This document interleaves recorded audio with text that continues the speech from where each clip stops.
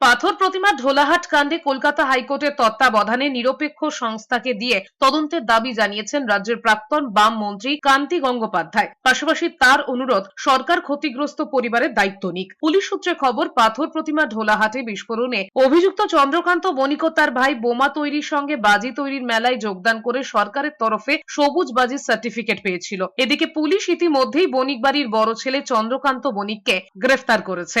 তার বিরুদ্ধে জামিন অযোগ্য ধারায় মামলা রুজু করেছে পুলিশ।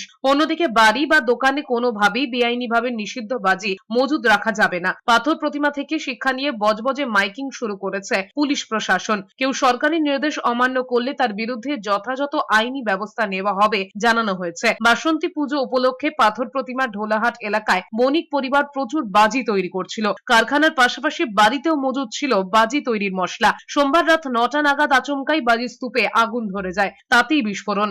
মারা যান পরিবারের 8 জন, তার মধ্যে শিশুরাও রয়েছে। হাইকোর্টের তত্ত্বাবধানে যে কোনো নিরপেক্ষ তদন্ত সংস্থা দিয়ে তদন্ত করা হোক।